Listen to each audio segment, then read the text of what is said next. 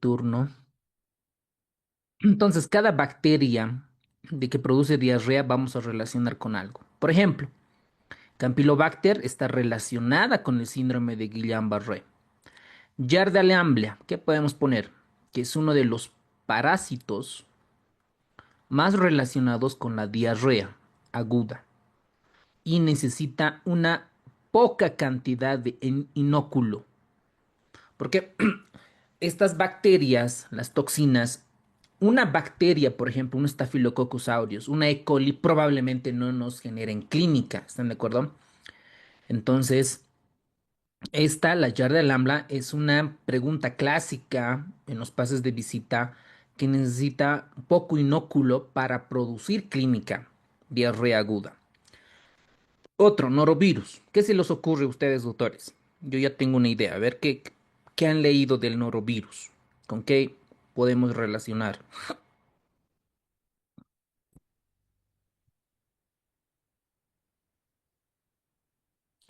Que es una de las causas de diarrea aguda de etiología viral frecuente. Frecuente. En los niños, ¿cuál es la diarrea más, bueno, cuál es el agente etiológico más frecuente? En niños, en la parte pediátrica, es rotavirus. Eso no nos podemos olvidar, hasta las mamás lo saben, ¿no? Es el rotavirus, por eso ahí están las vacunas y demás que van a ver en pediatría. En adultos, en algunas cortes, en algunos países, el norovirus es un agente frecuente de diarrea viral. Ahora, la E. coli la enterotoxigénica o la enterotóxica. Esta es la más frecuente, una de las frecuentes de diarrea del viajero. Listo. Es una de las cosas más frecuentes. Y la Shigella, vamos a relacionar que es una de las bacterias que produce disentería. Así tienen que estudiar. A cada bacteria no es a ciegas, decir, yo leo el caso y le doy la respuesta y paso a otra pregunta. No, hay que sacarle el provecho a todo este contenido. ¿Ok? Muy bien, es una gran recomendación. Vamos a ver, estamos repasando porque de este tema han entrado muchas preguntas. O sea, es uno en gastro, es uno de los temas más preguntados de diarreas. Vamos a ir igual, algún otro doctor o doctora pregunta y la respuesta y vamos a ir analizando uno por uno. Por favor, ¿alguien puede leer? Un Un joven de joven de 21 años, perdón, doctora, continúe, disculpe. Siga, siga, no se preocupe. Ok, joven de 21 años acude a urgencias con 4 días de diarrea acuosa, náuseas, vómitos y fiebre leve. No recuerda haber comido alimentos inusuales, tener contacto con personas enfermas ni haber viajado. Se le hidrata con líquidos intravenosos y antieméticos y se le da de alta al sentirse mucho mejor. 3 días después, 2 de 3 hemocultivos resultan positivos para Clostridium perfringens. Se comunican con él y él dice que se siente bien y que ha vuelto al trabajo. ¿Cuál debería ser la siguiente instrucción para el paciente? Regresar para recibir tratamiento con penicilina endovenosa, regresar para tratamiento con penicilina endovenosa y ecocardiograma, regresar para recibir tratamiento con penicilina y colonoscopía, regresar para realizar un nuevo cultivo o seguimiento riguroso. Doctora, muchas gracias. Esto es un clásico ejemplo, esto también podemos relacionar con otras especialidades médicas, que nosotros no tratamos laboratorios, no hacemos tratamiento a laboratorio ni tratamiento a exámenes complementarios como una radiografía o tomografía u otras. Es el primer consejo. Nosotros como médicos, ustedes como médicos, tratamos pacientes, por lo tanto, casi siempre manda la clínica, la clínica. Si el laboratorio tú ves un potasio, ¿no? Te reporta un potasio de 2 miliequivalentes y tu paciente no tiene diuresis, lo que tú esperarías encontrar en un laboratorio es aumento del nivel de potasio. Entonces, consejo, todos los que van a ser clínicos, cuando tú ves un paciente, estás haciendo el manejo de una enfermedad, de un paciente que tiene una enfermedad, tu clínica tiene que correlacionar con tu examen laboratorio. Y siempre pasan los laboratoriazos. Por ejemplo, ayer o antes de ayer, el de laboratorio me reporta un potasio de 7,5. Reporta el laboratorio. Si yo solamente hiciera caso al laboratorio, yo tendría que hacer todas las medidas antihipercalémicas. Gluconato de calcio, insulina, solución polarizante para bajar este nivel de potasio. Pero cuando nosotros revisamos el paciente y la hoja de monitorización, el paciente tenía como de diuresis 3,000, creo. Entonces no es esperable, pues no correlaciona esto. Esto va lo mismo en este caso clínico. Dice un paciente de 21 años que en urgencias estuvo con 4 días de diarrea acuosa, ¿ok? No había fiebre. No recuerda haber comido alimentos inusuales, tener contacto con personas y demás. 3 días después, dice, 3 días después, los hemocultivos resultan positivo para Clostridium perfringens. Ok, 3 días después. Se comunica al paciente, dice, ¿cómo está señor de 21 años? ¿Y cómo está usted? ¿No? Él dice que se encuentra bien, ¿no? Ha vuelto al trabajo, es decir, está asintomático, está bien, está con salud. Entonces, por eso la respuesta es hacer un seguimiento riguroso, es decir, al día siguiente, ¿cómo está señor? ¿Tiene diarrea? ¿Tiene fiebre? ¿Se siente bien? Por eso, porque nosotros no tratamos laboratorios, tratamos pacientes. ¿Vale? Por ejemplo, dentro de las otras opciones está regresar a recibir tratamiento con penicilina. No, porque el paciente está bien. Regresar tratamiento con penicilina intravenosa y ecocardiograma. No. Regresar tratamiento. Todos los demás es para realizar tratamiento y un nuevo cultivo. Entonces los demás no cuadra. Si nos preguntaran en el examen un cuadro similar, ya sea por neumocardio, nefro, remo, inmuno, etcétera, entonces analicemos todo el contexto. Como ustedes verán, también entran casos clínicos, ¿no? Como este, ingresan. Esto no está en el texto así bien escrito, ¿no? Pregunta, respuesta, no. Es un caso, una pregunta buenísima para razonar, para razonar. Y ahí les estoy explicando que no siempre en cuadro clínico que está sintomático tengas un estudio laboratorial, tengamos que hacer tratamiento. Probablemente tengamos que pedir algunos otros estudios complementarios en otros escenarios clínicos. Muy bien. Veamos otra. A ver, otra pregunta. Esta. Pregunta y respuesta. Vamos, doctores. ¿Algún otro doctora o alguna otra doctora o doctor? Vamos.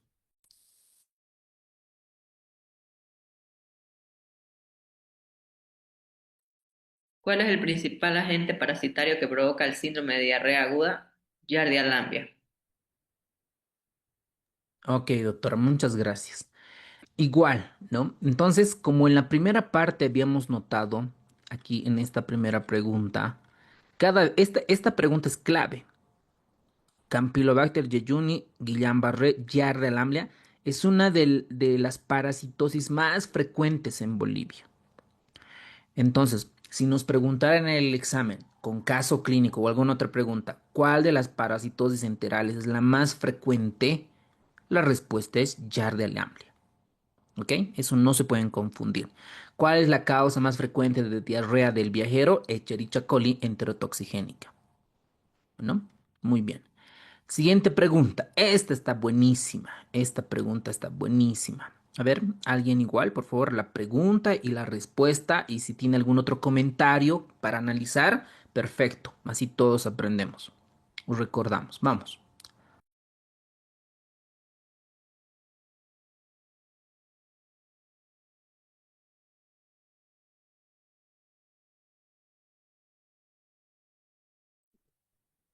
¿Cuál es el medicamento antimicrobiano más comúnmente utilizado para tratar la colitis asociada con antibióticos causada por Clostridium difficile? El inciso D, vancomicina, por vía oral. Ok, perfecto. Muy bien. Otro dato clínico importante es la diarrea asociado a antibióticos de uso previo. Cuando ustedes escuchen un paciente, un caso clínico de diarrea, como ustedes describan, un paciente con diarrea que como antecedente usó antibióticos de amplio espectro, casi siempre va a estar relacionada con la colitis pseudomembranosa. Esto produce la colitis pseudomembranosa. ¿Cuál es el agente etiológico? Clostridium difficile. ¿Cuál es el tratamiento? Vancomicina por vía oral más metronidazol. ¿Cómo se hace el diagnóstico? Por identificar toxina A y B y la GDH. GDH. ¿Ok? Esos puntos que les acabo de dar, como cualquier forma nos pudieran preguntar. ¿Qué ocasiona el Clostridium difficile en diarreas, colitis pseudomembranas? ¿Cómo se hace el diagnóstico? Solicitando toxinas. ¿Por qué no se puede cultivar? Porque el Clostridium difficile es un bacilo anaerobio, ¿no? Por eso no se la puede cultivar y necesitamos hacer diagnóstico con la toxina IB y la GDH. ¿Cuál es el tratamiento? Metronidazol y vancomicina. ¿Qué peculiaridad tiene la vancomicina que se da por vía oral, como dijo la doctora? ¿Ok? Entonces, esta pregunta nos va a ayudar a analizar otras preguntas que nos pudieran entrar en el examen. Muy bien, doctores. Ahí vamos, otra pregunta. A ver, vamos otra. Ahí está otra. Miren, ¿cuál es el método de diagnóstico para la colitis causada por Clostridium, toxina A y B y GDH? En tu PDF, anótalo. En tu resumen, anótalo. Cuanto más escribas, más anotes en todos los lados, mejor vas a recordar para el examen. Bueno, siguiente pregunta. En general, miren, esta pregunta está re interesante. Y en ese año, el 2020, el 85% de los postulantes falló esta pregunta. Miren, en general, la principal causa de diarrea es por agentes infecciosos. Totalmente de acuerdo. ¿Dónde está mi lápiz? De todo lo que produce la diarrea aguda, la gastroenteritis aguda, el 90% son por agentes infecciosos. Y eso tienes que anotarte en tu resumen. De estos 90%, tienes que ver cuál es el agente más frecuente en cuanto a bacterias, cuál es el agente más frecuente en cuanto relaciona a los virus, y en nuestro medio es importante los parásitos. Parásitos. Supongo que ahorita aquí en esta clase debe haber algunos parásitos que no están en el curso y ahorita Zoom los va a sacar y los van a identificar con el IP, el ID que están utilizando. Entonces, algunos de estos parásitos suelen existir. Siempre hay parásitos en el mundo, ¿no? Siempre hay parásitos, gente que, pues X, ¿no? El 90% de esto, la diarrea es ocasionada por agentes infecciosos. Ahora, el 10% es no necesariamente por agentes infecciosos. Puede ser otras causas. Y dentro de las otras causas están relacionadas con antibióticos. Entonces ahí va la pregunta. Probablemente este porcentaje, yo le diría, ok, es una pregunta difícil, es una pregunta de memoria, pero es importante. Porque no todas las diarreas siempre son infecciosas.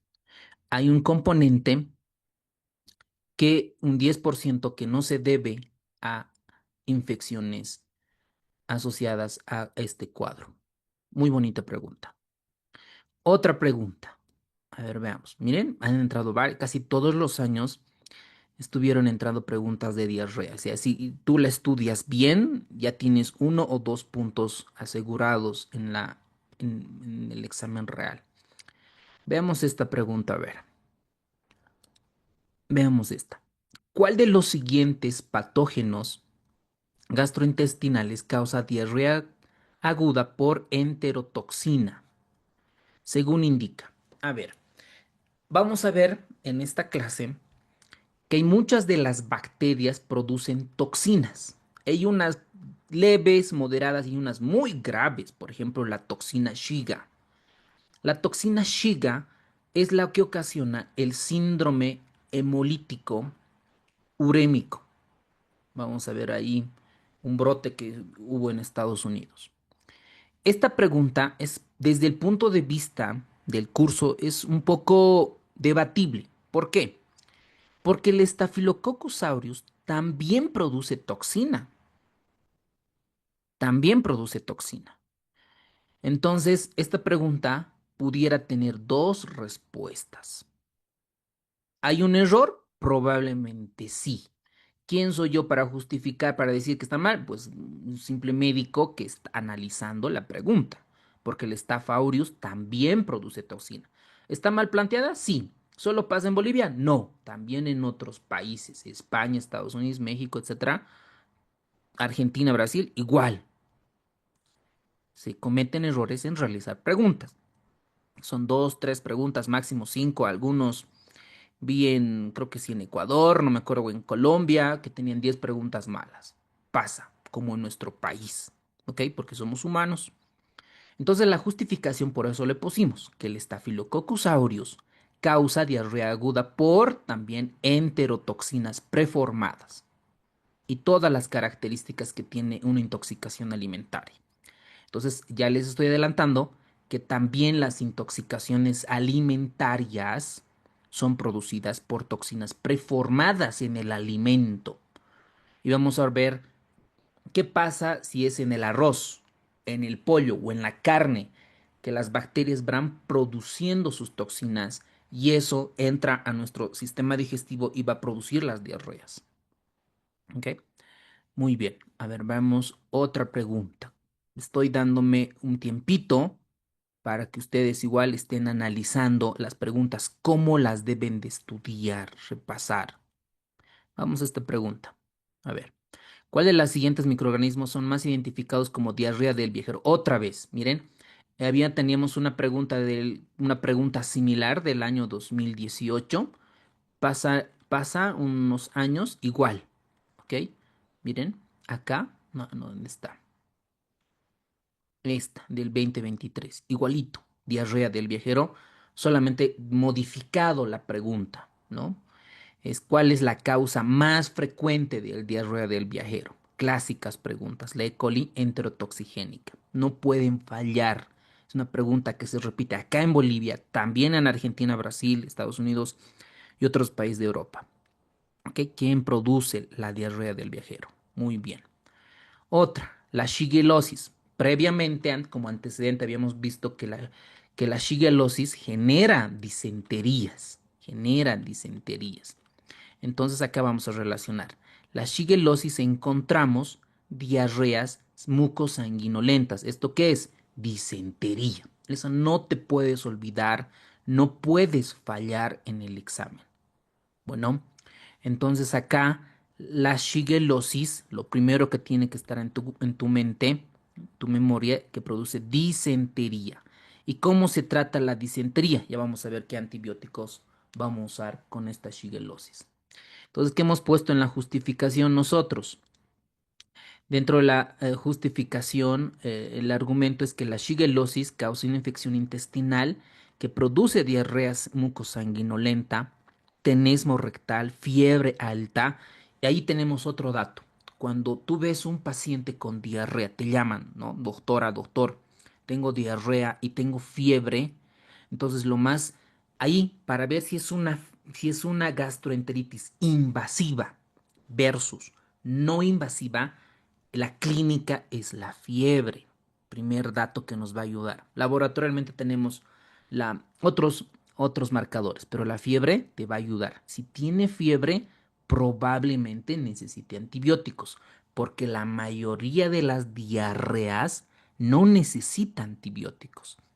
Y ayer hemos visto cómo el dar antibióticos cuando no está indicado es un riesgo, es un daño al paciente.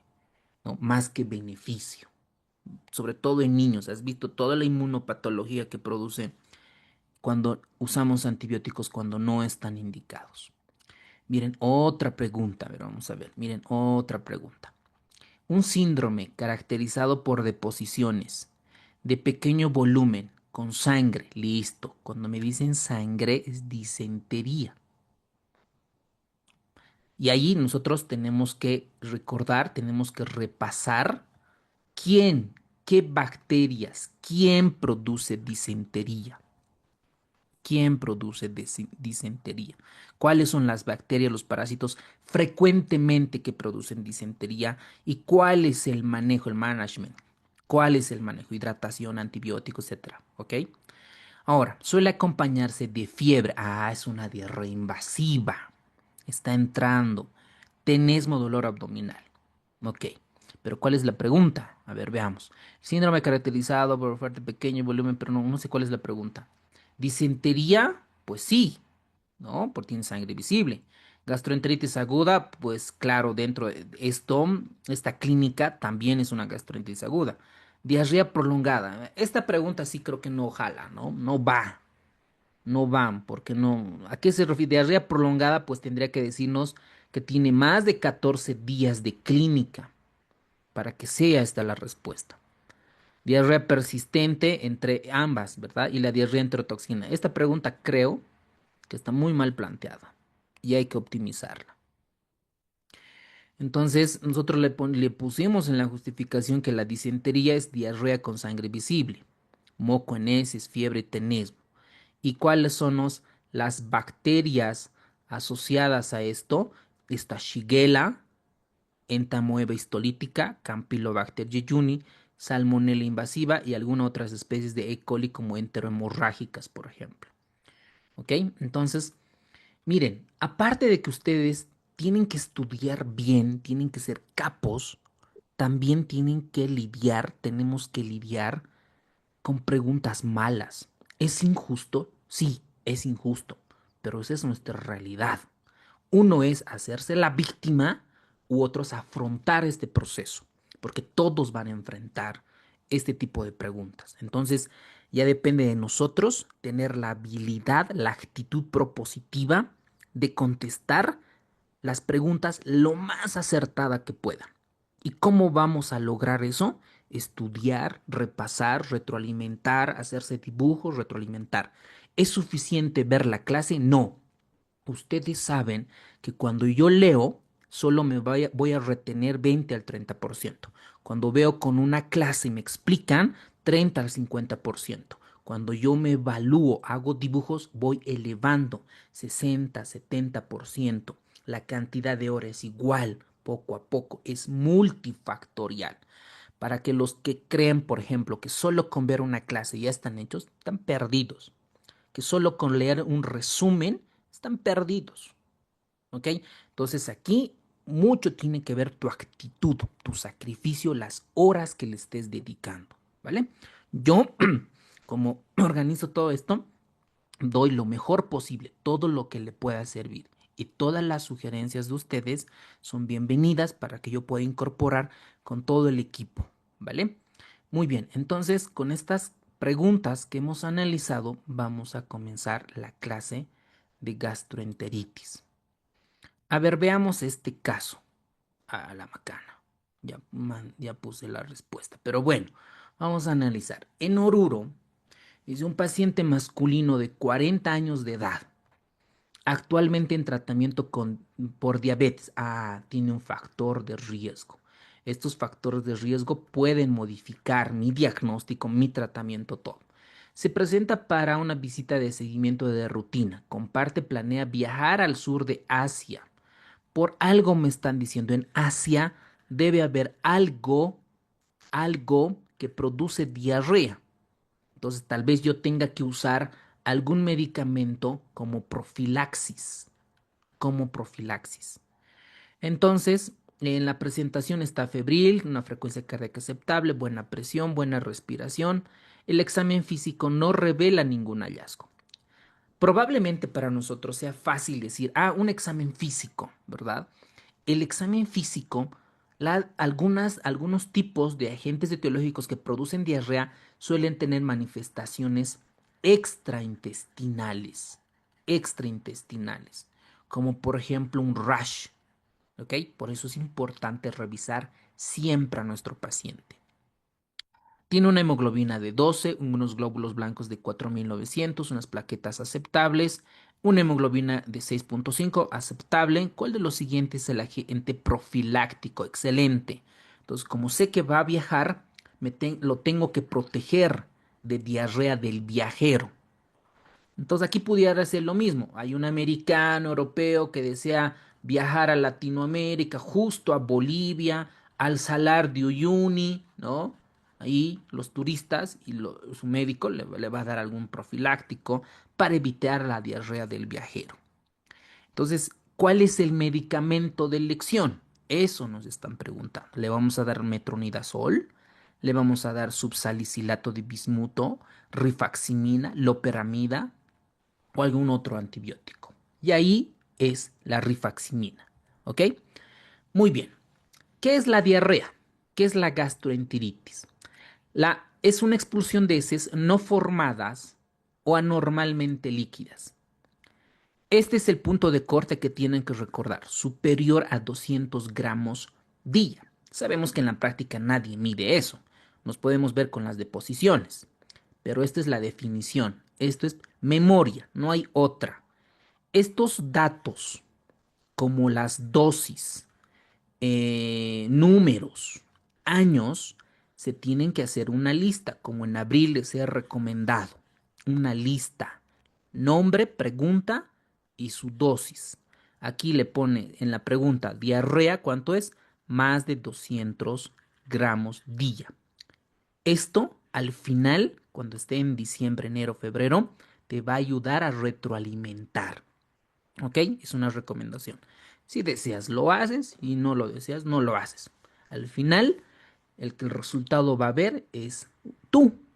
¿Ok? Y a mí obviamente me gustaría que todos ustedes que están en el curso ingresen a la residencia. Pero hay gente que no va a ingresar. Hay gente porque hizo mal sus papeles, otra cosa, no va a ingresar. Pero estas recomendaciones les va a ayudar. La diarrea aguda es cuando está menos de 14 días, menos de 2 semanas. Es una diarrea aguda, porque cambia en cuanto a la etiología, cambia.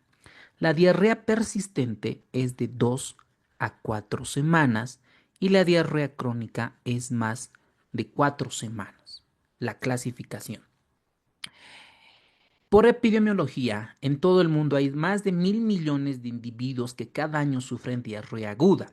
Un médico general, un médico especialista, un médico subespecialista, un médico con alta especialidad, tenemos que saber manejar la diarrea porque es una enfermedad prevalente. ¿Ok? Entonces, vamos a tener pseudodiarreas, algunas otras definiciones.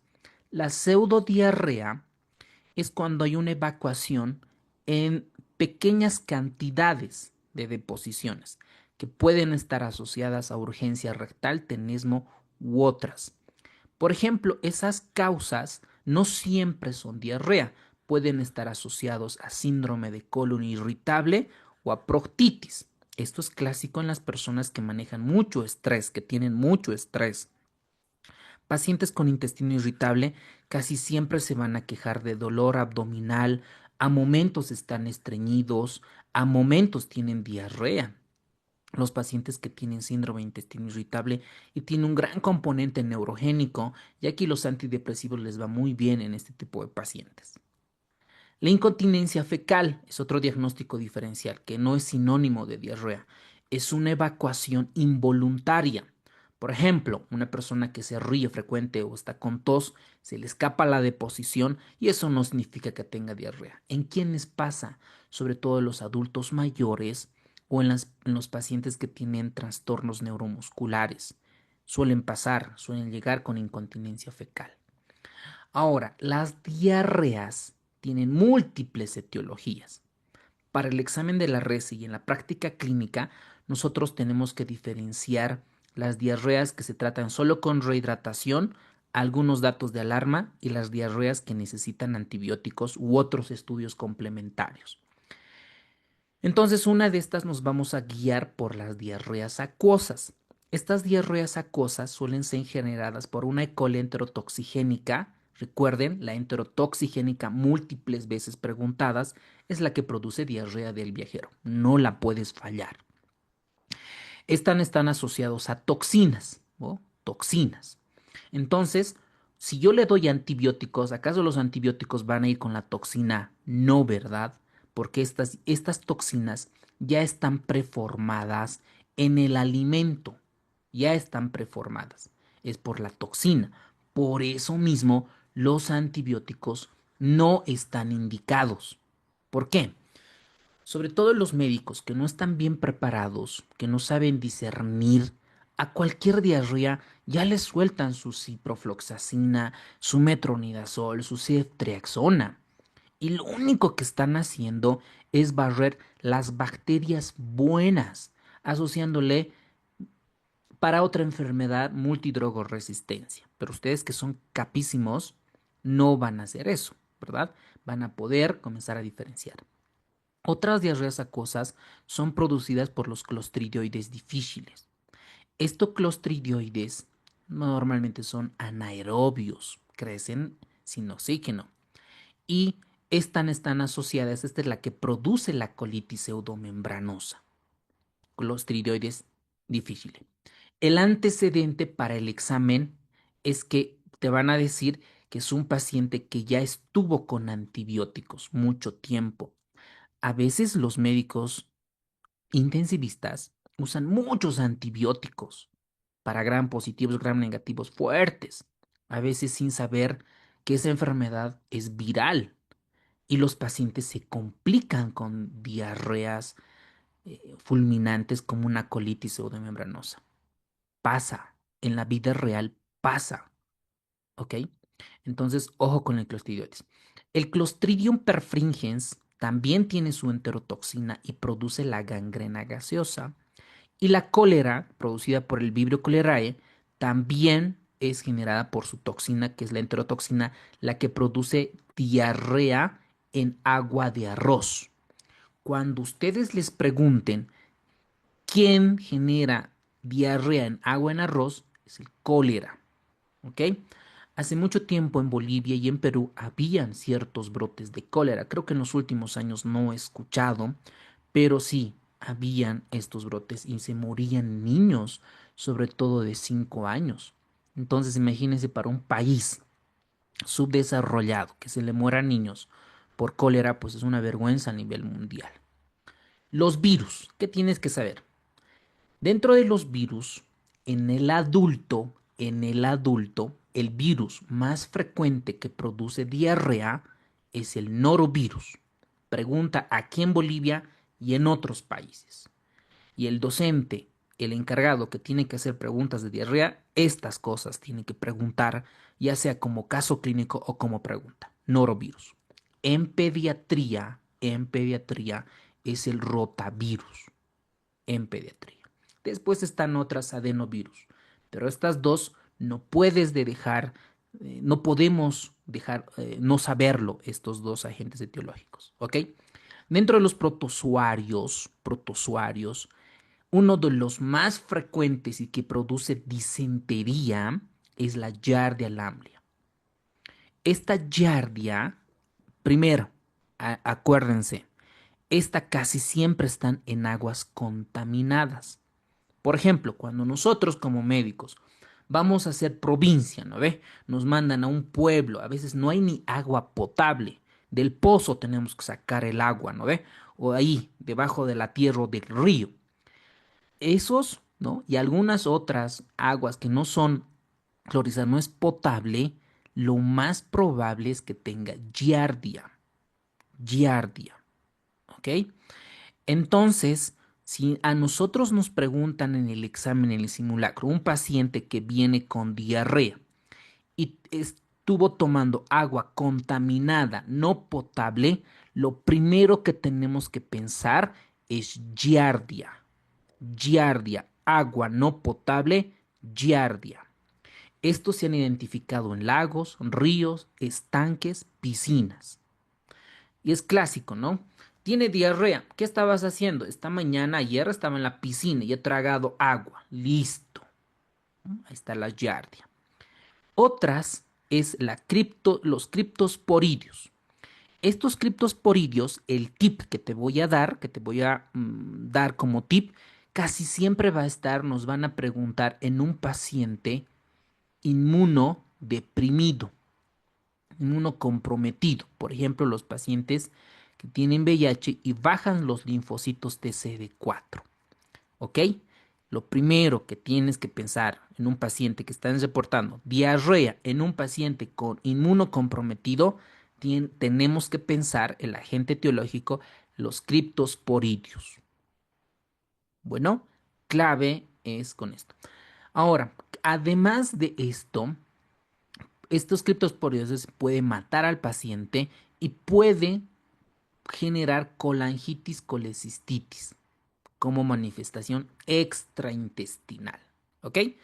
Muy bien, todos los tips de las bacterias. ¿Qué más? Las famosas E. colis. Estas famosas E. colis, vamos a tener la enteroinvasiva, la enterohemorrágica, las más jodidas, las más graves, asesinas. Las enteroinvasivas nos van a dar diarreas formadas por enterotoxinas. Las E. colis enterohemorrágicas, las enterohemorrágicas nos va a generar el síndrome hemolítico urémico. Es decir, hemolítico, los glóbulos rojos revientan como pipoca. Hemólisis.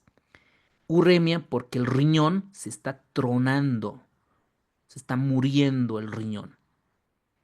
Esas son las E. colis enterohemorrágicas. Entonces, como produce síndrome urémicos hemolíticos, estará indicado antibióticos en estos casos. ¿Qué opinan, doctores? ¿Qué han leído?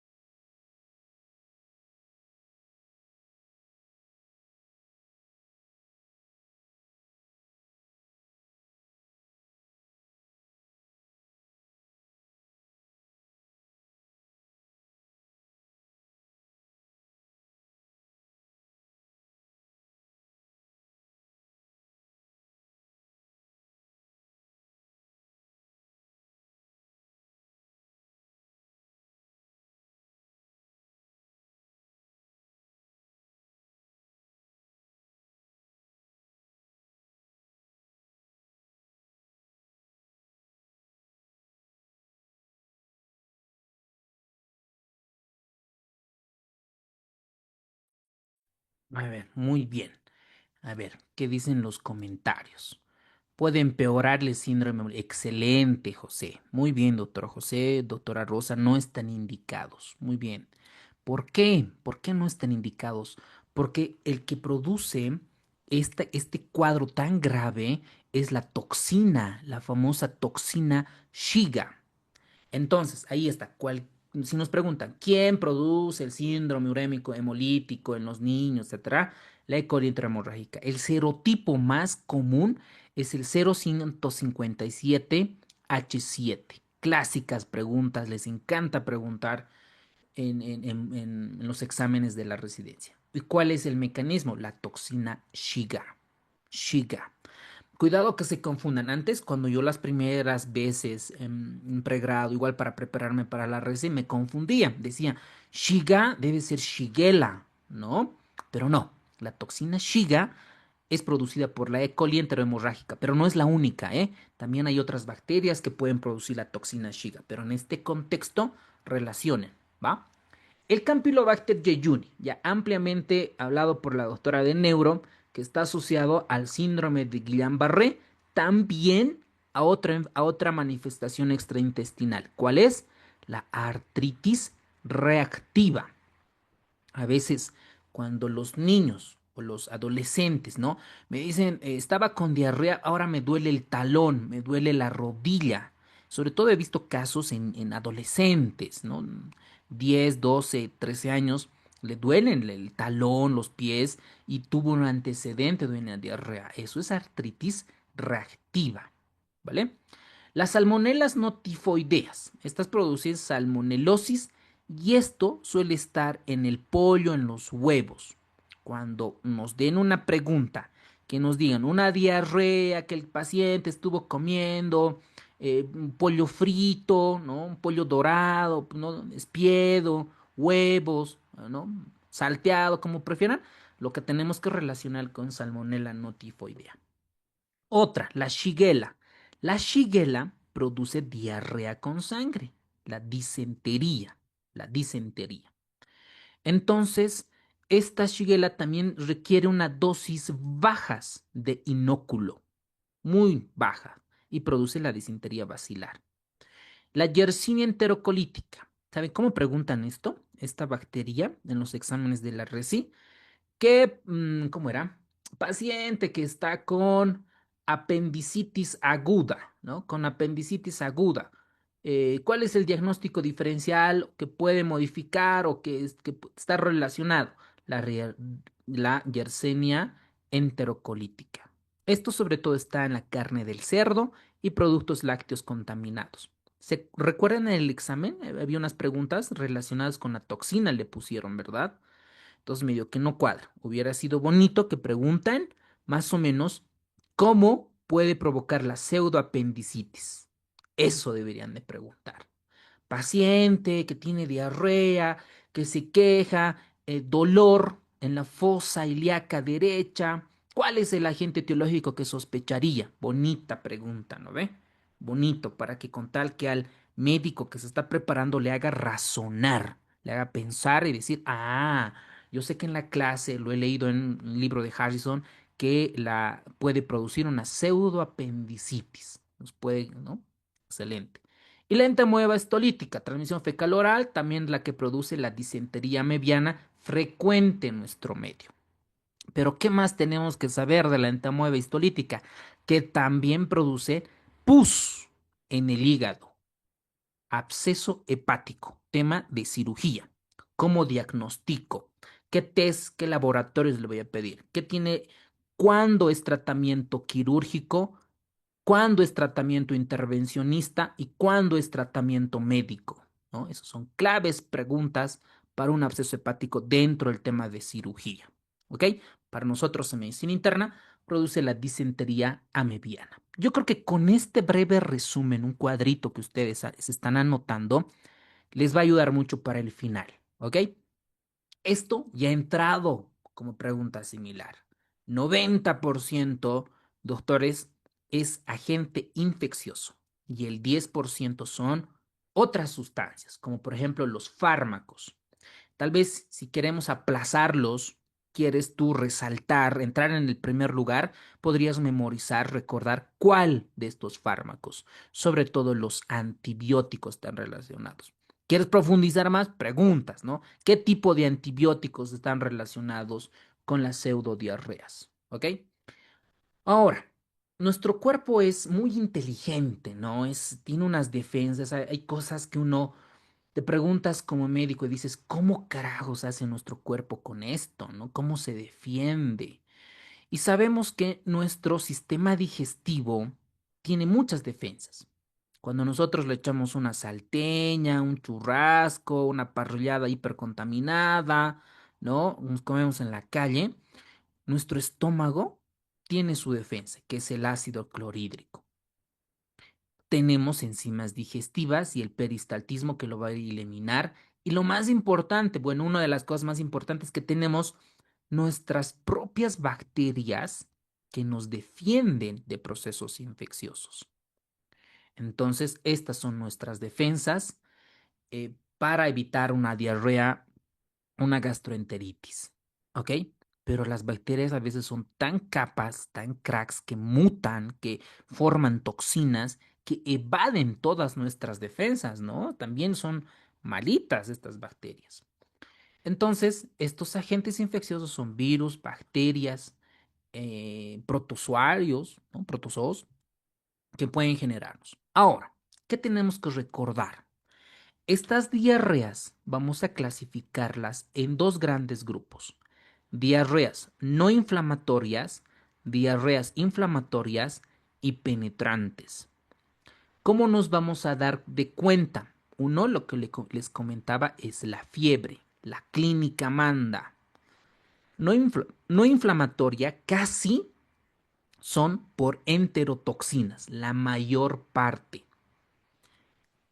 Como es no inflamatorio, enterotoxinas, no requiere antibióticos. Eso le tienen que decir a los demás colegas, ¿no ve?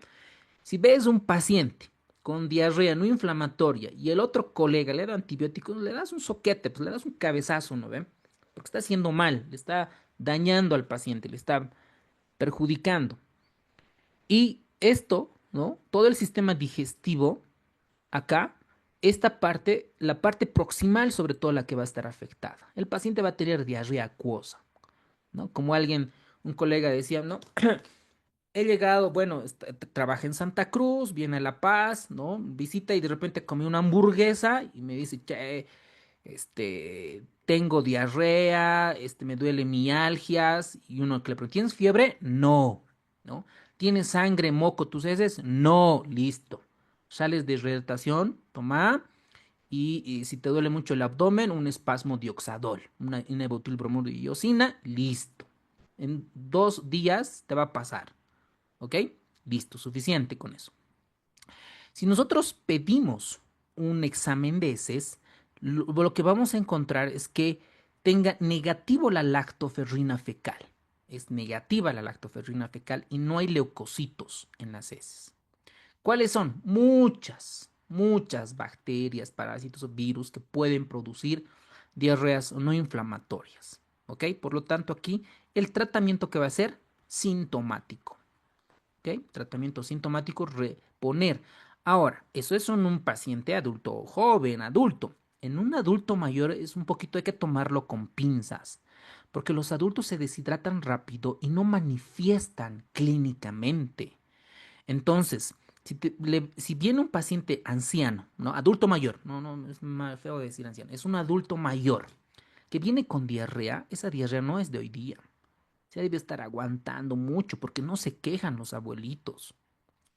Entonces, tú le pides un laboratorio, le pides un electrolitos y le pides creatinina, no es porque sabes que por la diarrea puede tronarse el riñón, le pides, probablemente encuentres con hipocalemia y tengas que reponer. Entonces, ¿qué les puedo dar de consejo? Y en las guías también me van a respaldar. Si tú en tu clínica, en el centro médico donde trabajes o tengas la parte privada, viene con diarrea un adulto mayor, lo internas, lo pides laboratorios. ¿Ok? Porque se puede, por una hipocalemia, sabes que puede hacer un paro cardíaco. ¿Ok? Ahora un paciente con diarrea de causa inflamatoria. A ver, permítame un ratito que están mandando. Ok, ya. De causa inflamatoria. Esta, la bacteria, algún otro microorganismo ha invadido. Es decir, ha entrado y está invadiendo las células epiteliales intestinales. Y esta casi frecuentemente nos va a afectar el intestino grueso. Recuerdan cuando ayer les decía, cuando inflama el colon, esta va a ser diarrea sanguinolenta, con sangre, con moco. Y eso está afectando el intestino grueso. Y a esto se denomina disentería. Si nosotros examinamos en laboratorio y mandamos a analizar las heces, vamos a encontrar leucocitos y lactoferrina fecal aumentada. ¿Quiénes nos pueden producir? Esto, acuérdense, Shigella, Salmonella, Campylobacter jejuni. Ve la manera de poder memorizar, hazte un memotécnico. Yo me haría Shigella, Salmonella, Campylobacter jejuni. Listo, con tal de memorizar. ¿Ok? Después hay otras, la E. coli hemorrágica, la enteroinvasiva, la Yersinia enterocolítica. Miren acá, la Yersinia enterocolítica no es por un mecanismo de toxinas. Otra vez le estoy dando boom, ¿no? Le estamos fusilando a esa pregunta mal planteada. La Yersinia enterocolítica es invasiva y además por citotoxinas. Y esto lo estamos fundamentando a través de nuestra bibliografía. y otras, ¿ok? Las penetrantes, estas son las que ya producen fiebre, fiebre. Entonces, estos pacientes pueden tener Salmonella typhi o Yersinias enterocolíticas. Bueno, muy bien. Estas diarreas, el libro de Harrison lo clasifica en grupos, en grupos de pacientes. Viajeros, con los que consumen alimentos determinados, en pacientes con inmunodeficiencias, recuerden ahí los criptosporidios, el personal de guardería y los asilos, de cada uno de estos. Vamos a resaltar lo más importante. En Diarrea del Viajeros, ¿qué dice Harrison? Que el 40% de los turistas que viajan a zonas endémicas como Latinoamérica, aquí Bolivia, obvio está, ¿no? Está Bolivia, pueden presentar, de todos los turistas que llegan, 40% van a tener diarrea del viajero. 40%. Yo me acuerdo, había una vez cuando yo estaba haciendo la sub en México, tenía un cuate que siempre viajaba en época de carnavales o fin de semanas a Cancún, ¿no? Claro, todo lo que es Cancún, Quintana Roo y esas cosas, porque venía mucho turista, mucho americano. Y yo decía, ¿y por qué vas? ¿Por qué viajas? Porque me voy a los hoteles y siempre hay pacientes con diarrea. Me llevo mis sales de rehidratación, mis sueros, les pongo su vía, les doy algunas vitaminas, etcétera, y me pagan muy bien y en dólares. Yo decía, wow, wow. Entonces él se la sabía que esos turistas que llegaban en cruceros, ¿no? Echaban todas sus jodas, tenían sus diarreas, ¿no? Deshidratados, etcétera. Entonces, esas son las diarreas del viajero. ¿Quién produce? Las E. colis enterotoxigénicas, las E. colis enteroagregativas, pero para el examen de la RECI, esta nos pusieron como respuesta correcta en 2 o 3 ocasiones, ¿ok?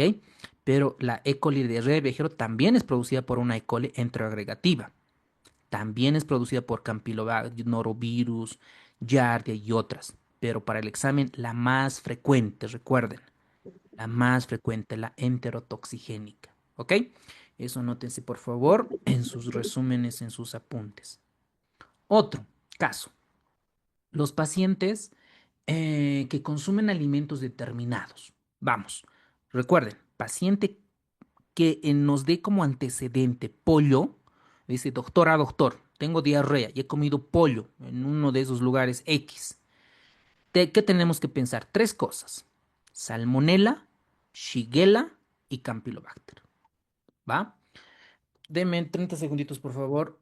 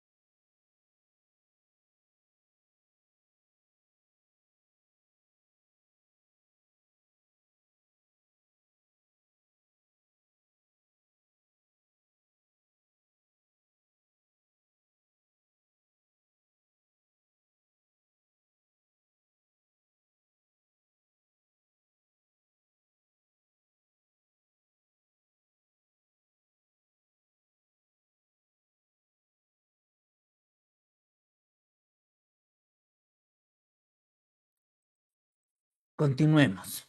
Ok, disculpa. Cuando ven una carne molida, esto no es exclusiva. Vamos a ver ahorita un documental de 2 minutos que la E. coli, la 01577, ¿a qué está asociado? ¿A qué enfermedad grave? Síndrome uremitomolético. Eso, muy bien, doctorita. Al síndrome hemolítico urémico. La toxina es la toxina Shiga, ¿ok? Y el serotipo más frecuente asociado a síndrome hemolítico urémico es la E. coli 0157, ¿ok? Arroz recalentado, está igual, ¿no? Lo que dice el libro de Harrison es que cuando tenemos un arroz está el Bacillus cereus, porque estas forman toxinas preelaboradas. Entonces están asociadas. Han debido escuchar, ¿no? Casos pacientes que vienen con dolor abdominal, así, ¿no? Les duele mucho, y tienen diarreas, y tienen náuseas, y tienen vómitos, pero no tienen fiebre, y suelen estar asociadas a bacilos serios. A esto es una intoxicación alimentaria, ¿ok? O también uno podríamos preguntarnos, ¿no? ¿Cuál es la diferencia entre intoxicación alimentaria versus diarrea aguda? O, claro, gastroenteritis aguda. ¿Cuál es la diferencia? Es una muy buena pregunta y ahorita estamos analizando. Porque a veces las intoxicaciones puede ser que por un alimento no le caiga bien, ¿no?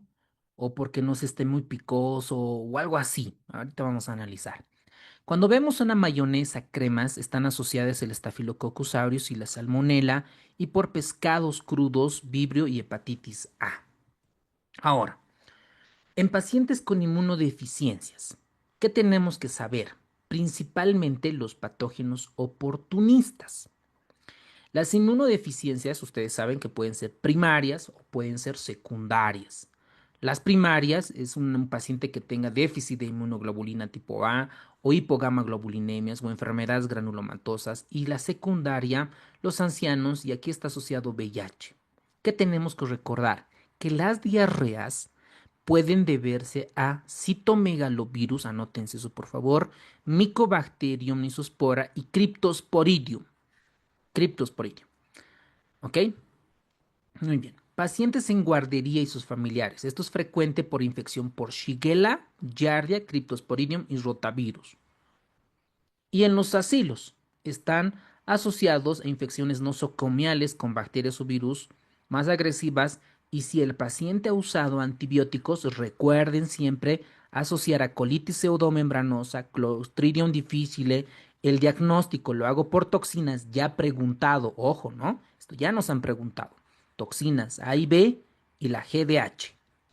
Con esto nosotros hacemos el diagnóstico. Y el tratamiento es vancomicina, metronidazol. Es que, ¿por qué les digo metronidazol? Han salido unas guías en la ITSA que como primer está como vancomicina bioral, ¿no ve? Este es para el examen de la RECI, vancomicina. Pero cuando ya es un caso severo, etcétera, se añade metronidazol y B. Por eso se me viene a la mente. Pero para el examen, vancomicina bioral, ¿ok?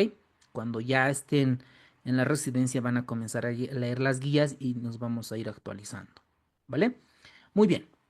En resumen, entonces, las diarreas pueden ser producidas por varios mecanismos. Una es por toxinas preformadas. ¿Quiénes forman estas toxinas preformadas? El Staphylococcus aureus, Bacillus cereus y otras. ¿Cómo llega el paciente? Diarrea acuosa, vómitos y fiebre baja o ausente. Lo ideal es que no tiene fiebre, ¿ok? Más bien esto aquí deberíamos ponerle febrícula, que es otro, que tiene otra definición. Productores de enterotoxinas, E. coli, Vibrio, y esta produce casi similar la clínica. Los invasores, estos invasores sí van a producir diarrea con sangre, ¿ok? Entonces, ahí les preguntaba, el memotécnico, ¿quiénes producen la disentería? ¿Cuál era el memotécnico? SSCJ. ¿Qué significa? Shigella, Salmonella, Salmonella, Shigella, Shigella, Salmonella y Campylobacter, Campylobacter jejuni. Shigella y Clostridium. Excelente, Victoria. Muy bien. Y la yersinia, la que puede generar una pseudoapendicitis. Pseudoapendicitis. Muy bien. Ahora, uno se pregunta y dice, ok, perfecto, nadie se muere con diarrea. Entonces uno se pregunta y piensa como un médico especialista, subespecialista, y dice, ¿un paciente con diarrea se puede morir? La respuesta es sí. ¿Con cómo?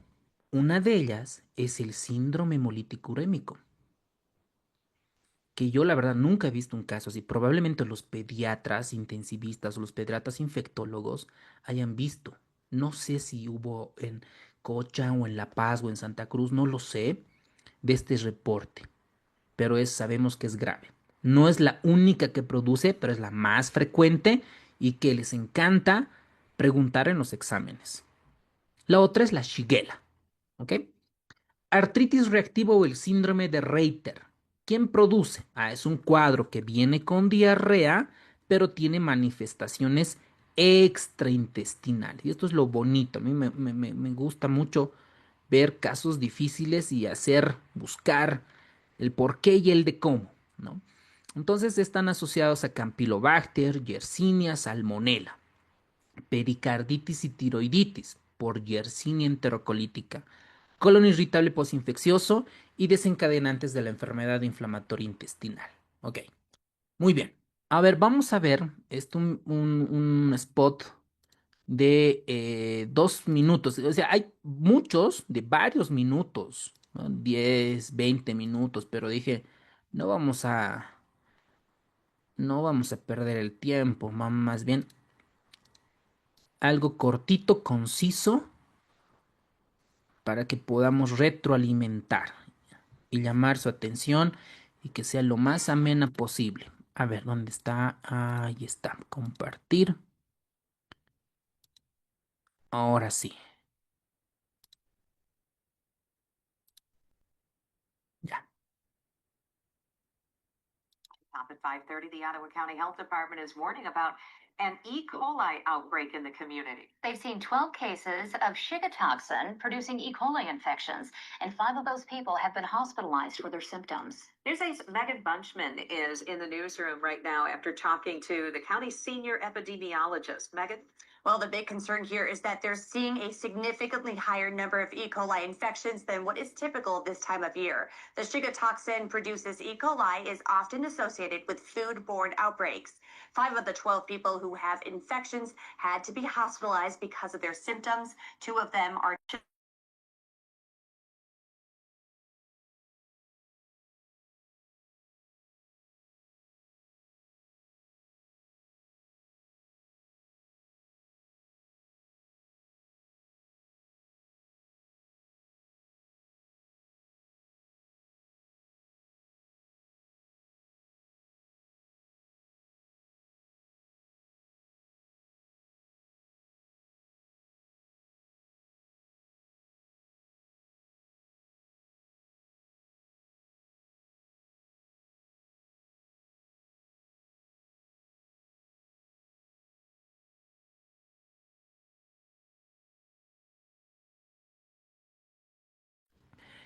En este caso, es una noticia donde reportan a su comunidad que las infecciones por E. coli les dice, ojo, si tienes diarrea, cólicos abdominales severos, vómitos o fiebre baja, atento, atento.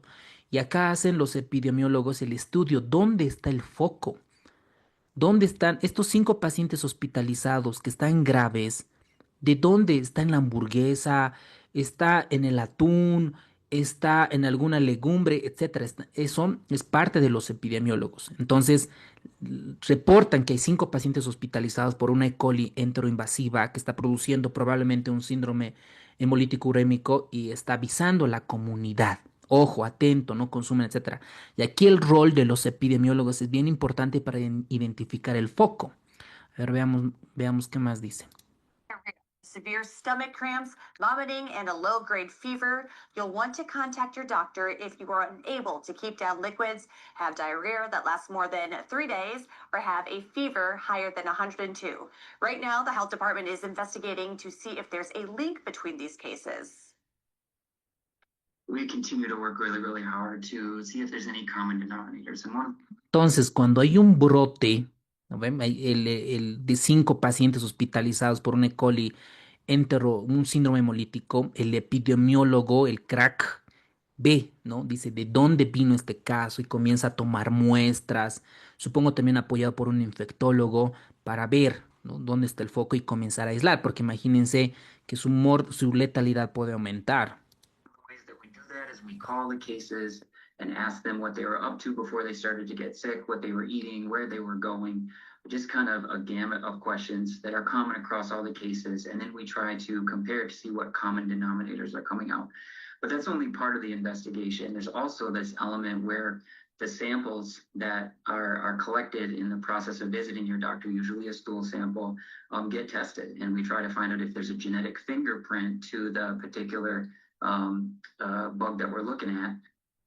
Now, that genetic fingerprint can take time. In the meantime, ways to prevent an infection include washing your hands, washing fruits and vegetables well and under running water, cooking meats thoroughly, avoid. Y esto aplica a nosotros igual, ¿no? Si en la familia hay alguien que tiene una gastroenteritis, todos tienen que lavarse las manos antes de comer, de desayunar, etcétera. Lo mismo las frutas y nuestros, ¿no? La parte de nuestros alimentos, cocerlos bien, evitar la contaminación cruzada y miren, ¿no? Tener cuidado con las sustancias pasteurizadas y así para evitar que pueda propagarse esta E. coli. Prep, avoiding raw milk and unpasteurized dairy or juice, and trying not to swallow water when swimming. For more information on what to watch out for, head on over to our website, woodtv.com. Emily. Excelente, muy bien. Entonces vámonos a nuestro tema como tal. Entonces, esta E. coli pues tiene nomás, ¿no? Se hace noticia en otros mundos. Entonces, para hablarles un poquito de este caso, he buscado un artículo de revisión y este es del New England del 2024, justo del síndrome hemolítico urémico. Este síndrome hemolítico urémico es producida por la toxina Shiga, ¿no? Esta toxina Shiga. Como les decía antes, yo me confundía que este Shiga era de Shigella, pero no, es de la E. coli. Son las bacterias que producen la toxina Shiga y explican, ¿no?, cómo el mecanismo fisiopatológico puede causar diarrea sanguinolenta y progresar un síndrome hemolítico urémico. Y tiene una triada este síndrome. Es trombocitopenia, disminución de plaquetas, una anemia hemolítica, los glóbulos rojos revientan como pipocas y hay una lesión renal aguda que puede llegar a una necrosis tubular aguda. ¿En quién es frecuente? En los niños menores de 5 años. Probablemente los pediatras, infectólogos, pediatras intensivistas hayan visto un caso real. Yo la verdad no tuve la experiencia de ver estos casos. Y en el artículo del New England muestra esta imagen alucinante. Miren cómo la ingestión del E. coli genera la toxina Shiga, miren, con todas las subunidades alfas, betas y demás. Se replica esta E. coli y produce mayor toxina. Y ahí el paciente puede tener diarrea y dolor abdominal por todo lo que está invadiendo. Entonces hay traslocación de toxinas transcelulares, paracelulares, invaden, ¿no? Se unen a receptores epiteliales intestinales, por ejemplo, el receptor G3B y otras. Cuidado que se les ocurra a los docentes, a los que hacen el examen, ¿a qué receptor se une? Macanas, ¿no ve? Esto es más para investigación. Uno que esté haciendo su maestría, su doctorado, postdoctorado y que quiera investigar, a eso sí le sirve, ¿no? Pero para nosotros que vamos a dar un examen de la RESI, pues no tanto, ¿ok? Lo mismo acá, ¿no? Van viendo cómo se va internalizando estas toxinas, cómo van realizando las proteólisis, van fragmentando dichos ribosomas y van dañando todas las células epiteliales. Entonces esta toxina Shiga, la 2, es la más patogénica y esta se va a unir a ese receptor que les comentaba, el 3GB, a las células endoteliales y epiteliales donde se internalizan y lo que va a provocar es una lesión microvascular, trombosis y el síndrome hemolítico urémico. ¿Cómo se hace el diagnóstico? Todo niño que presente a diarrea sanguinolenta debemos de sospechar. Y ahí tenemos los medios de cultivo, los test de diagnósticos y el tratamiento. Antes del tratamiento están las complicaciones. ¿Por qué se mueren los pacientes? Porque truenan al riñón. Generan necrosis tubular aguda, generando anuria, necesidad de terapia de reemplazo renal, neurológicas, convulsiones, coma, cardíacas, imagínense, pancreatitis, hepatitis. O sea, el sistema inmunológico lo truena y el 30% va a desarrollar lesión renal crónica. ¿Cómo es el manejo? Y este artículo de New England, como es un review, un estado de arte por los expertos, es no dar antibióticos, porque está producida por toxinas y ahí les queda claramente. No usar loperamida. ¿Qué es la loperamida? Es un antidiarreico. Y doctor, ¿en todas las diarreas no vamos a usar? No, en ciertos casos se puede usar la loperamida, pero en este caso no. No usar loperamida ni narcóticos porque evita, dice, prolongan los síntomas y aumentan las complicaciones. ¿Qué más dice? Evitar dar AINES porque esto está asociado a lesión renal aguda. y onda Cetron IB aumenta el riesgo de falla renal y prolongación del intervalo QT que nos puede dar una taquicardia ventricular polimorfa, ¿ok? Entonces está bonito, eso es nada más para saber. Y el tratamiento es dar soporte, hidratación, ¿ok? Muy bien. Vámonos al libro de Harrison. Estos datos de incubación, vómitos, no es necesario de memoria. Yo creo que ni un infectólogo, un gastroenterólogo se debe de saber, ¿no? Cuántas horas de incubación, no creo.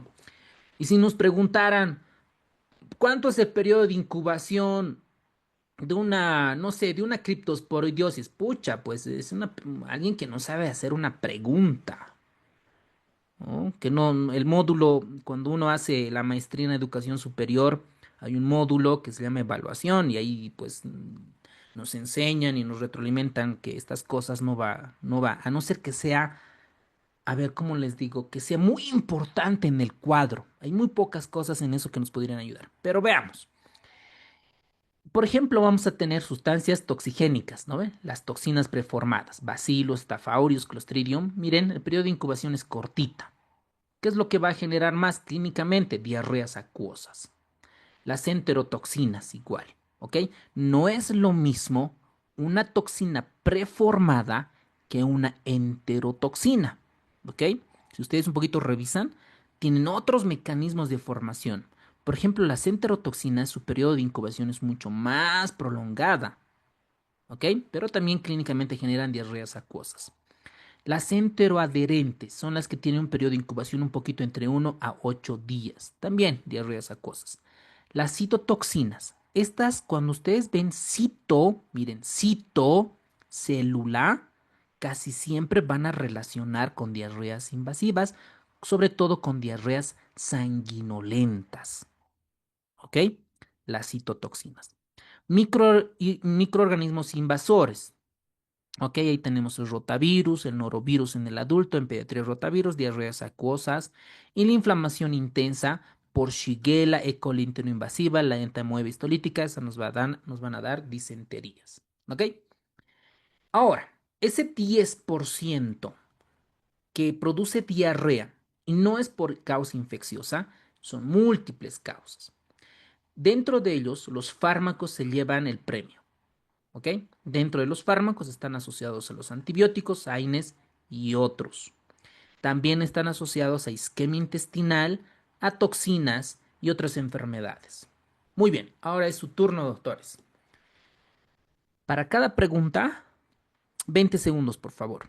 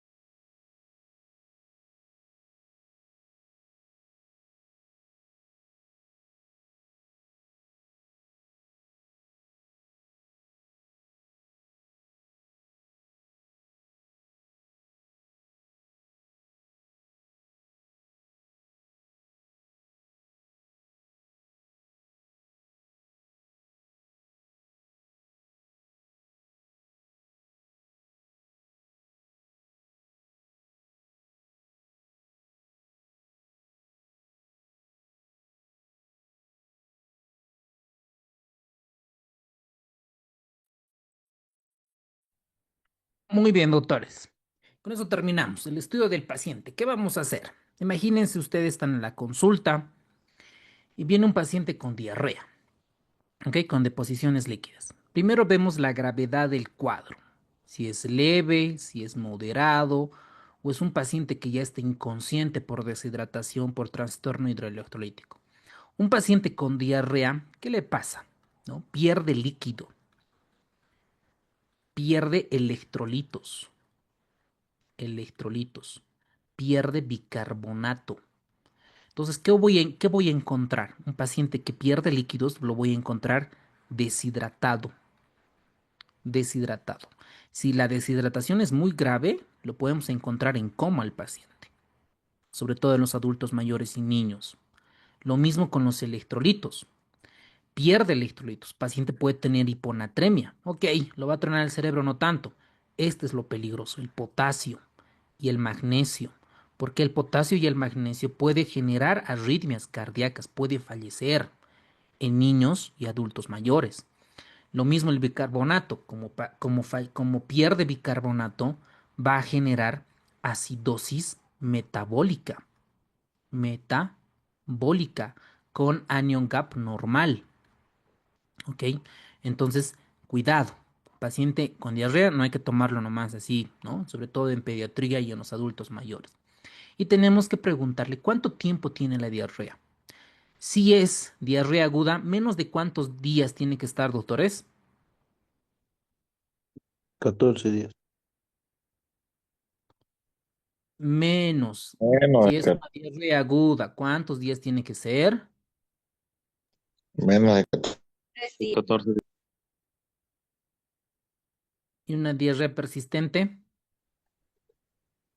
más de una diarrea 4 semanas. crónica, 4. muy bien. Entonces, preguntamos, ¿no? Vamos a clasificar si es una diarrea aguda y vemos los factores de riesgo. Por eso ahí claramente el libro de Harrison nos dice la edad. Para muy pocas enfermedades la edad es un factor de riesgo, pero en este caso sí, juega bien importante. Lo mismo las comorbilidades y si el paciente está en inmunodepresión. Es que doctor, yo tengo artritis reumatoidea y tomo prednisona 20 miligramos día. No, pues no, tengo que alertarme, porque esta diarrea no puede ser por un virus. Tengo que pensar en otras bacterias, CIMB, criptosporidiosis y otras. ¿Ok? Por eso es importante los factores de riesgo, porque eso me va a ayudar a ver el agente etiológico.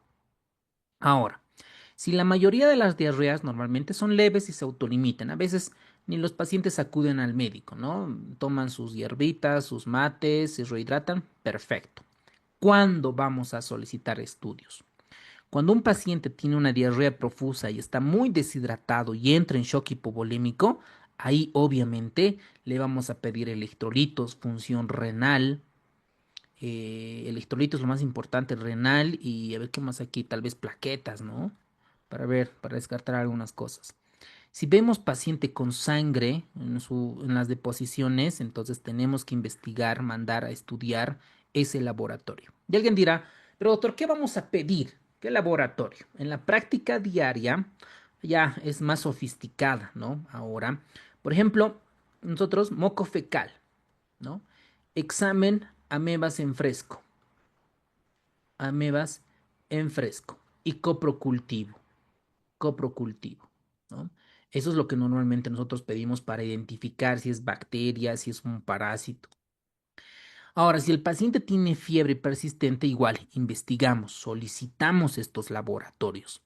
Si el paciente ha tenido uso reciente de antibióticos, sabemos que puede ser por Clostridium difícil, tenemos que indagar, tenemos que pedir. ¿Qué vamos a pedir, doctores, para ver si es una colitis pseudomembranosa? ¿Qué laboratorios, exámenes complementarios? ¿Qué vamos a pedir? Toxina A, B, ¿Qué más? Y GDH, ¿no? GDH. Muy bien, doctores. Brote de la comunidad, dolor abdominal en pacientes de más de 50 años y en pacientes más de 70 años o inmunodeprimidos. Este es un del libro de Harrison, es una imagen. Miren cómo lo aborda Harrison. Diarrea aguda, exploración física, siempre para ver cómo está el nivel de deshidratación. Posiblemente no infecciosa, ok, 10% de los casos. Veo antibióticos y algunos. Probablemente infecciosa, lo clasifico. Leve, moderado e intenso. ¿Y qué hago? Veo cómo está la tolerancia oral. Señor, señora, ¿puede tomar agua? No, doctor, tengo náuseas, vómitos. Ufa. Entonces probablemente la hidratación, la rehidratación, tengamos que hacerlo por vía intravenosa y tengamos que internar al paciente. ¿Ok? Entonces, ojo, vemos la tolerancia oral. Observamos, tomamos la muestra para, ¿no? Ahora, si el paciente tiene fiebre, le pedimos los estudios microbiológicos de heces para ver cuál es el agente etiológico. Antes, doctores, de dar ciprometro o algún otro antibiótico porque tiene fiebre o tiene diarrea sanguinolenta, tomamos la muestra. Es un error frecuente que a mí me ha pasado y con el tiempo he estado aprendiendo, ¿no? Viene el paciente con diarrea sanguinolenta, primero se toma la muestra, recién se da antibióticos, ¿ok? Recién para ver, para no hacer falsos negativos ni falsos positivos. Si el paciente no tiene fiebre, anótense esto, ¿no? No tiene fiebre tu paciente, no tiene moco, las deposiciones, no tiene sangre, puedo, miren, considerar los antidiarreicos. Puedo considerar. Y ustedes ahí va la loperamida y otros antidiarreicos. Bonito cuadro del libro de Harrison. ¿Qué estudios vamos a pedir? ¿No? Si es una diarrea infecciosa moderada severa, buscamos el coprocultivo, el amebas en fresco para ver si hay huevos de algunos parásitos. Para Clostridium, toxinas. Para virus, los antígenos. Eso es lo normalmente en nuestra práctica diaria.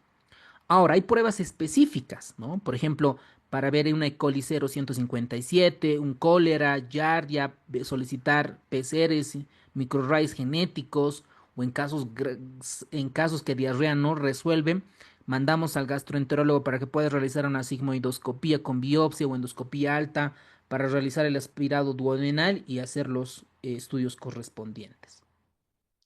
Causas de diarrea persistente, ¿no? A pesar de la rehidratación, a pesar de dar antibióticos, no mejora.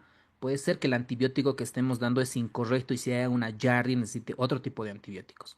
Clostridium, Cryptosporidium, Campylobacter o entamoebas histolíticas son causas de diarreas persistentes. Tratamiento. En leves, ¿cómo vamos a saber si es leve o moderado? Si tiene tolerancia a la vía oral. ¿Puede tomar líquido? Sí, doctor, sí, doctora, puedo tomar. Entonces, nada más necesitas rehidratación, ¿ok? Rehidratación, sales de rehidratación. Moderado, tenemos que ver si hay fiebre, si hay datos de invasión, ¿ok? Si no tiene fiebre, no tiene sangre ni moco en las heces, loperamida, ¿ok? La loperamida está indicado. Pacientes que tienen sangre, moco, fiebre, está contraindicado. Lo vamos a empeorar al paciente. No vamos a dar loperamida, ¿ok? El subsalicilato de bismuto puede aliviar la diarrea y los vómitos, pero está contraindicado en pacientes inmunodeprimidos. Y si es un paciente que llega en shock hipovolémico secundario a una diarrea, es frecuente esto. Por ejemplo, ¿sabes cómo? Es que no solo viene con diarrea, doctores. Por ejemplo, ¿no? A mí me interconsultan casos graves, ¿no? Una paciente diabética, ¿no? Paciente femenina con cetoacidosis diabética. ¿Cuál era la causa? Una diarrea sanguinolenta, una disentería. Entonces tenemos que tratar la causa, tratar la cetoacidosis y esta cetoacidosis puede estar complicado además con una neumonía, ponte, ¿no? Entonces estos casos sí, hay que internarlos casi siempre, ¿no? Los adultos, por eso los pacientes que tienen comorbilidades, sobre todo diabetes, hipertensión, se truena el riñón más rápido y necesita, cuanto más antes actuemos, lo internamos al paciente y hagamos el abordaje diagnóstico, tratamiento, mucho mejor para nosotros y también para el paciente, ¿ok? Los antidiarreicos, tenemos la loperamida. ¿Cuándo vamos a indicar? Cuando no tiene el paciente fiebre, no tiene sangre ni moco, ¿ok? Está contraindicado. Cuidado, estén dando loperamida cuando un paciente tiene disentería. Lo vamos a tronar. Subsalicilato de bismuto, lo mismo, ¿ok? En diarrea leves, en diarrea del viajero y evitar en pacientes con lesión renal aguda y en pacientes con inmunodepresión. ¿Qué más? Antibióticos. Sabemos que las toxinas preformadas, las enterotoxinas no requieren antibióticos, en grande aquí, no antibióticos, no antibióticos, ¿ok? Si el paciente tiene disentería, tiene fiebre moderada grave, empíricamente, ciprofloxacino. En comprimidos viene de 500 miligramos vía oral cada 12 horas por 3 a 5 días. Antes tenemos que tomar la muestra para amebas en fresco, examen de moco y coprocultivo. ¿Ok? Si nosotros estamos sospechando giardiasis, ¿no? Es que el paciente ha tomado agua del río, agua del pozo, nos han mandado a hacer nuestro año de provincia, el ASO, no sé, a un pueblo X, y no hay agua potable y me da flojera hacer hervir el agua, entonces, y tengo diarrea, pues voy a sospechar una giardiasis. Entonces, en ese caso va metronidazol. ¿Ok? Si el paciente ha usado antibióticos previamente, Clostridium difficile, vancomicina o la fidaxomicina. Esto, la verdad, nunca no he tenido la oportunidad de utilizar esto. Ok, con eso hemos terminado, doctores, la clase. Nos vamos a ver la clase el día sábado a las 7:30. ¿Ok?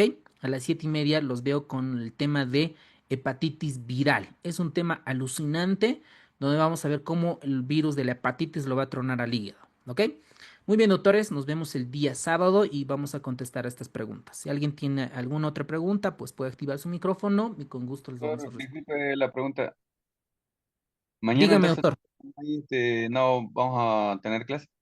No, no, no, doctor.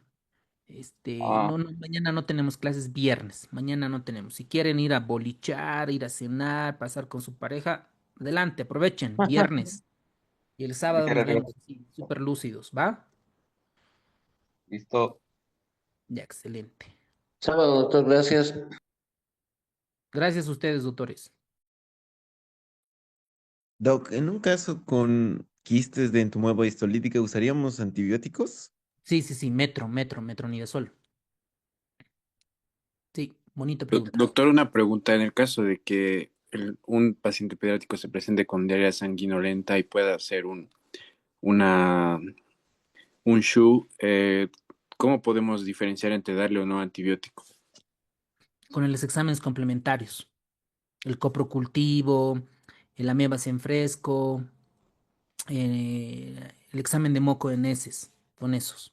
Y lo más probable en nuestro medio casi siempre es por bacterias o parásitos, ¿no? Entonces eso tal vez la pediatra infectóloga le vamos a preguntar si ha visto algún caso de síndrome hemolíticos urémicos. Según Doctor yo Gastón, no, buenas noches. ¿ok? Con exámenes complementarios vamos a indicar. Dale, doctor, dale, doctor. Doctor, una pregunta, perdón, ¿qué experiencia tiene usted sobre el uso de los probióticos en diarrea? Ah, bonita pregunta. Está en la presentación, ¿eh? Creo que no he pasado. Está en la presentación, pero ya te adelanto. En pediatría parece que funciona. No soy pediatra. En adulto he buscado. Yo tenía igual esa curiosidad. ¿Ok? Si los probióticos o los prebióticos tienen, ¿qué rol juegan? ¿No? En diarreas, ¿qué rol juegan? He encontrado en muchos artículos cómo nosotros, los médicos, tú como médico, tienes una pregunta de investigación. Buenísima tu pregunta de investigación. ¿Qué rol juegan los probióticos en diarreas? Bonita pregunta, ¿ok? En adultos. Entonces, nosotros hacemos la búsqueda bibliográfica en PubMed, hacemos la búsqueda bibliográfica en Scopus, en Web of Science y las guías, porque en la pirámide arriba nosotros tomamos decisiones médicas en base a las guías de práctica clínica, las guías o revisiones sistemáticas y con metaanálisis en base a esas, que han demostrado, que han encontrado que las guías no recomiendan el uso de los probióticos en gastroenteritis aguda. Hay algunos estudios de baja calidad que puede acortar el periodo de la diarrea aguda. Si normalmente dura 4 días, 3 días, puede acortar unas 20 a 28 horas el probiótico. ¿Ok? Entonces, en resumen, ¿está indicado dar probióticos en diarrea aguda? No, las guías no la recomiendan. Y hay otras revisiones sistemáticas con metaanálisis, puede acortar, o sea, no hay una mejoría significativa. ¿Ok? Nada más puede ser mucho marketing y otras cosas, pero la medicina basada en la evidencia no lo respalda esa conducta médica. Muy buena tu pregunta, doctor. Gracias.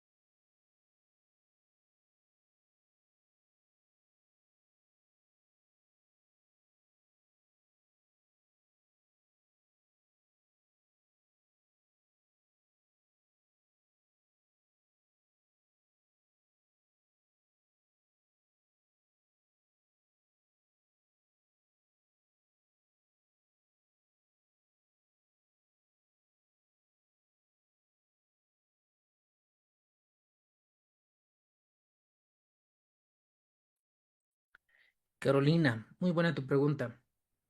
El probiótico son bacterias que nos protegen que modulan, que controlan el sistema inmunológico y da tolerancia inmunológica.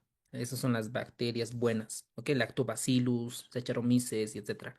Y el probiótico es el alimento, la sustancia que le damos. En resumen, la comida de las bacterias buenas. Ese es el probiótico. Hay algunos prebióticos que sí tienen nivel de evidencia respaldada para manejos en diarreas. Les voy a enviar algunas, ¿ok? No todos los probióticos funcionan. No todos los prebióticos funcionan. Para nosotros usar un medicamento, nosotros para usar algún otro medicamento, nosotros necesitamos evidencia científica, ¿no ve? Lo ideal es tener una guía, un ensayo clínico aleatorizado, estudios primarios, ¿no? Y luego los estudios secundarios como revisiones sistemáticas y metaanálisis para hacer un manejo, una conducta, ¿no? Si es un caso clínico, un case report, una corte, un estudio observacional, ya sea analítico o no analítico, pues no necesariamente tomamos la revisión, ¿ok? Eso es, Carolina, muy bonita tu pregunta. Doctor, buenas noches. Disculpe ser reiterativa. ¿Será que una vez más nos puede explicar esa metodología del Excel que nos dijo? Claro que sí, doctora. Por favor, Claro que sí. gracias. Básicamente, abres tu Google Drive, ok, o tu OneDrive, lo que tú desees, y tienes el Excel, las columnas, ¿no? Tienes ahí tus filas y tienes tus columnas, ¿no? Entonces, en una columna pones la pregunta, ¿ok? Y en una pones la respuesta, en otra columna. Y en otra columna, si quieres alguna observación, algún tip, digamos, ¿no? Como tú quieras. Yo me armaría así. Entonces, ¿cuál es la definición de una diarrea? La respuesta a una deposición más de 200 gramos. ¿Ok? Ahí ya tienes, vas armando tus preguntas y respuestas. En una pestaña, aquí puedes poner gastroenteritis. ¿Ve? Pestaña gastroenteritis. Otra pestaña, no sé, síndrome de colon irritable. Y otra pestaña y así. Entonces ya tienes todo de gastro. Abres otro Excel y haces lo de reuma, lo de inmuno y así sucesivamente. Y cuando quieras jugar, quieras repasar, estás de viaje, ¿no? O estás en tu trabajo. Entonces lo marcas todo, lo marcas las respuestas de blanco, no lo borras. Lo marcas de blanco todas y vas repasando. Pregunta y lo marcas de negro, tu respuesta. Pregunta, tú marcas después y así sucesivamente. ¿Ok? No sé si me he dejado entender una forma rápida de explicar cómo se va armando los famosos flashcards, que es parte del active recall, ¿no? Que es el recuerdo activo que los americanos lo llaman. Gracias, No doctor. sé, ¿está bien, doctora? ¿O hay una duda más, tal vez? Con gusto, escribes por inbox. Y ya vemos. Yo creo que de aquí a 2 semanas vamos a tener un coach, o sea, digo, como una recomendación, ¿no? Es decir, cómo estás estudiando, cómo puedes organizarte, qué pasa si tu método no está funcionando, depende, ¿no? La recomendación que habíamos hecho es primero leer un resumen, las preguntas, ¿no? Familiarizarse, luego entrar al resumen de SEAM, ver el libro de Harrison, comenzar a ver tus 3 libros en tu escritorio, 4 libros, de 4 libros leer el tema y tus apuntes, ¿no? Tomar tus mismos apuntes. Lo ideal es que tus apuntes tomes con mapas mentales, dibujos, etcétera. Toma su tiempo, pero es lo mejor, es lo mejor. Ahorita lo que no tienen es tiempo, porque ya tienen por lo menos uno, a ver, ¿en qué mes estamos? Junio, ¿no? Julio, agosto, septiembre, octubre, noviembre, diciembre. Solo tienen 6 meses. Porque enero, febrero es para repasar, no es para estudiar. Es para repasar lo que ya has estudiado. Recuerden que 3 o 4 veces tienen que leer la bibliografía para evitar la curva del olvido. Esto está demostrado científicamente. Entonces, tienen 6 meses para prepararse. Julio, agosto, septiembre, octubre, noviembre, diciembre. Listo. Todos los libros. Entonces, esa es mi recomendación, ¿no? Es lo que tantos años que voy en todo esto, pues esa es mi gran recomendación. A ver qué dice. ¿Cuál es el antibiótico de elección, tratamiento empírico en pacientes con giardiasis sospechada? Metro, ¿no? Metronidazol, fácil. ¿Qué medida es prioritaria en el manejo inicial de todo paciente con diarrea aguda? Signos vitales, ¿no? Hidratación, siempre hidratación, primero, porque el paciente puede llegar en choque hipovolémico. Ahí está la pregunta, lo que nos decía el doctor. ¿Cuál es el rol de los antibióticos, de los probióticos en la diarrea aguda? Y esto es de los artículos. El rol de los probióticos en la diarrea aguda en adultos es limitado. Es controversial según la evidencia actual. Las guías más recientes, por ejemplo, de la American Gastroenterology Association y la American College of Gastroenterology, no recomiendan el uso rutinario de los probióticos para el tratamiento de las diarreas agudas en pacientes inmunocompetentes. Pero en casos cuando la diarrea está asociada a antibióticos, por ejemplo, Clostridium difficile, colitis pseudomembranosa, toxinas, GDH, puede, dice, ¿no? Puede tener cierto beneficio modesto. ¿Ok? Eso es, doctores. Esa es una muy buena pregunta que nos hizo el doctor. Muy bien, doctores, nos vemos el día sábado. Que tengan un buen resto de jornada. Mañana están libres. Doctor, Dígame, doctora. doctor, perdón que lo moleste. En el tema de los flashcards, en caso, digamos, de que no podamos hacerlo en Excel por falta de tiempo.